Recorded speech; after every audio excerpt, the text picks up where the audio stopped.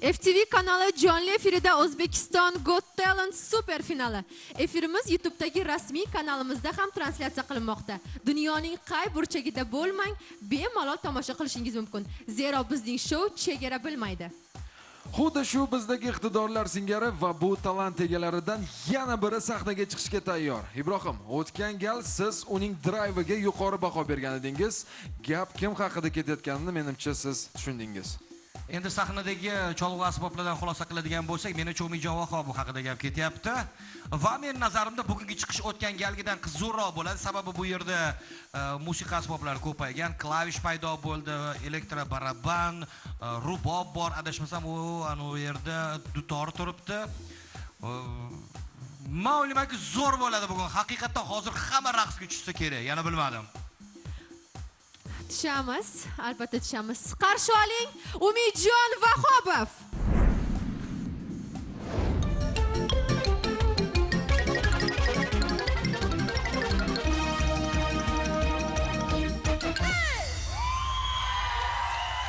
O'tgan efir haqidagi fikrlarim a'lo darajada.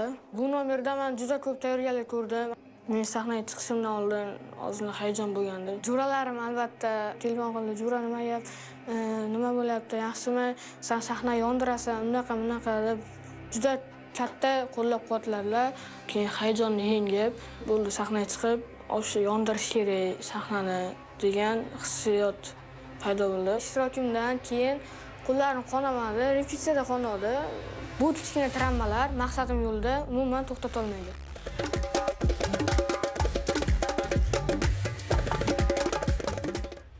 Он очень много трудится, потому что без труда так работать на сцене невозможно. И это видно, чем он занимается, отнимает у него много времени, и он рад этому. И он с удовольствием это делает. Такие ребята остаются в памяти. Они крутые ребята. Ovoz berish boshlanganda sahna ortida yuragim tez-tez urib ketdi. Gumon bo'ldi albatta, mendan kuchli raqiblarim bor edi. Lekin men u gumonni yengib sahnaga chiqdim. Men bu bolada bir ajoyib narsani sezib qoldim. Ijodkorlarga xos narsa desam ham bo'ladi bu narsani, chunki sahna orqasida e'tibor bersam, juda ham jiddiy o'tiribdi, xuddiki katta bolalardek o'tiribdi. Sahnaga chiqqanda o'sha beg'ubor yosh bolacha qilayotgan ishini yaxshi ko'rayotgan ijodkor, lekin sahna ortida bu bolacha o'zi yosh hali, juda ham yosh, lekin tez katta bo'lib qolgandek. Sahnada hamma ishtirokchilar turganimizda hayajon bo'ldi. Men chiqib ketmay deb juda ko'p ichimda ashna dedim. Oxirida 3 kishi qoldik. Qani kim o'tar ekan dedim. Men e'lon qilib qoldi. Juda ko'p emotsiya bo'ldi, kutmagandim. Umidjon Vahobov! Siz finaldasiz. Tabriklaymiz. Umidjon o'zi o'sha birinchi casting jarayonida qatnashganda haqiqatdan nafaqat meni, balki hamma hakamlarni qoyil qoldira oldi. Yosh bo'lishiga qaramasdan shunaqa doiralarni chalib tashladi. Lekin afsus deyman, shu darajada endi talantlar chegara bilmasligi bu loyihada Umidjonni to'g'ridan-to'g'ri efirga o'tishiga ozgina to'siqlik qildi. Ishtirokchilarimizdan bittasi loyihadan diskvalifikatsiya qilindi. Men shaxsan Umidjonni qaytarish taklifi bilan chiqdim va meni tanlovim 100% o'zini oqladi va 100% ning natija bilan keyingi, ya'ni super finalga yo'l oldi. Ibrohim aka menga aytganlarda, yarim finalga o'ting deganlarda, oldimda maqsad qo'ydim, super finalga o'taman deb va o'sha maqsadimga erishdim. Yarim finalda menda qanot o'sib chiqqanini bilgan bo'lsam, finalda o'tganimda bu qanotlar bilan men uchdim deb o'ylayman, chunki juda xursand edim. Shunaqa niyatim bor. Hamma instrumentlarni o'zim sotib olib, o'zim uyimda muzey qilish. Hamma davlatda o'zining milliy asbob, milliy instrumenti bor. O'shalarni hammasini chalishni o'rganmoqchiman. To'liq qilib aytganda 22 ta, 23 ta instrument chalishni bilaman. Aytishgan 5 yildan to qabrgacha elimizga.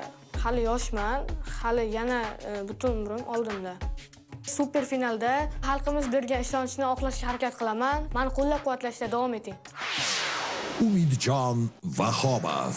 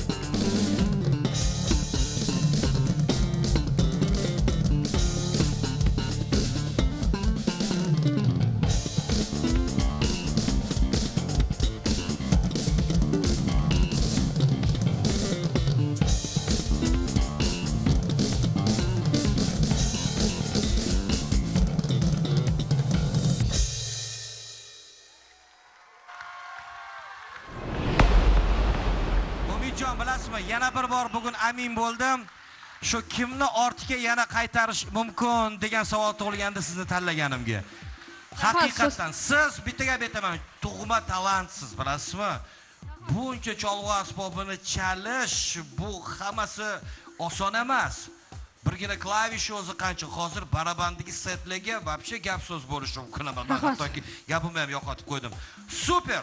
Men eng asosiysi sizni qaytarganimdan juda ham xursandman va bizni kuzatayotgan yurtdoshlarimizga haqiqiy talant qanaqa bo'lishi kerak va talantning chegarasi yo'qligini yana bir bor ko'rsatib isbotlab berdingiz. Chiqish uchun katta rahmat, super ijro bo'ldi. Rahmat. Shu orada 10-son musiqa va san'at maktabi direktori Qahramon Mo'minov ustozimizga kattagon rahmatlarimni aytaman. Shu yerga kelishimizga shu sababchi bo'ldilar. Rahmat kattagon. Sitora, bu bolakay o'z ishini juda ham yaxshi ko'rar ekan, Ko'rdingizmi, o'zini ishini yaxshi ko'rsa, shunaqa zo'r chiqaradi hamma narsa. Sahnada eng asosiysi mazza qilish. Mazza qildilar, ko'rindi bu narsa. Kiyimchalarni qarang, qanaqa yarashtiribdi, shiringina bo'lib turishingizni qarang. Omad tilayman Umidjon, Ibrohim akani gaplariga qo'shilaman, sizga omad tilayman. Rahmat. Umidjon, avvalambor mening bizadan ota-onangizga, ustozlaringizga, hammasiga bizadan rahmat aytib qo'ying. Rahmat katta. Bu birinchidan. Ikkinchidan, sizni yoshingizda nima bilan bir umr, bu umrni nima bilan o'tkazishni aniq bilishingiz bu juda katta gap. Va qilayotgan ishingizdan mazza qilib, bu qilayotgan ishingizni sevishingiz men umuman lol qoldim. Sizga omad, sizni kelajagingiz porloq bo'ladi, hali ko'rasiz. Sizga omad. Omad. Qo'limda bo'lganida sizga 200 million berardim. Rahmat. Rahmat. Azizlar, agar Umidjon qaynab turgan zavqlarni sizga ham ulasha olgan bo'lsalar va ularning chiqishlarini barakalla deb kuzatgan bo'lsangiz, UzGTV bot Telegram botimizga kirib Umidjonni qo'llab-quvvatlang. Lekin ovoz berish oqshomimiz so'ngida ochilishini unutmang. Umidjon, sizga omad tilaymiz. Rahmat. Hammaga rahmat. Umidjon, albatta Yesliga Bill Brafordni tomosha qiling. Undan juda ko'p narsa o'rganasiz. Bill Braford King Crimson'da o'ynagan barabanshik, u klassik barabanshik hisoblanadi. King Crimson bilan Yes guruhida o'ynagan. Uni tomosha qilsangiz ko'p narsa o'rganasiz. Omad sizga. Rahmat ustoz. Hammaga rahmat.